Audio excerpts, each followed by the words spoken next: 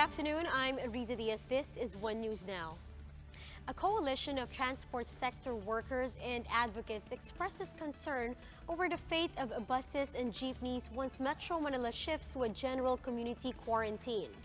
In a statement, the Move as One coalition says the reduced passenger loads and vehicle deployment could force public transportation operators to shut down due to unprofitability. Now, under the GCQ, provincial buses and jeepneys are still not allowed to ply the roads as it is impossible to impose social distancing in the said vehicles. That's according to DOTR. The coalition has earlier proposed a 110 billion peso mobility support package for the affected mass transport sector. And here are other stories we're keeping our eyes on. Senator Panfilo Lacson accuses the Health Department of not being completely honest in its daily situation report before. In a tweet, the lawmaker says we should expect things to get ugly before it gets better, as the DOH corrects its backlog in COVID-19 figures. Now, the department on Friday adopted a new format in reporting daily cases.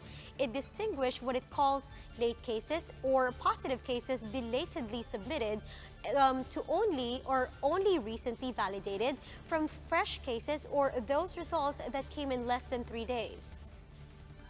The Makabayan bloc in the lower house hits the passage of the much-criticized Anti-Terrorism Act on its first reading. Bayan Muna Party List Representative Carlos Zarate says the new measure, which seeks to impose harsher punishment for terroristic acts, would only breed human rights abuses by authorities. And SpaceX Falcon 9 rocket carrying 2 NASA astronauts has lifted off from Kennedy Space Center in Florida. Americans Doug Hurley and Bob Behnken are on a newly designed Crew Dragon capsule bound for International Space Station.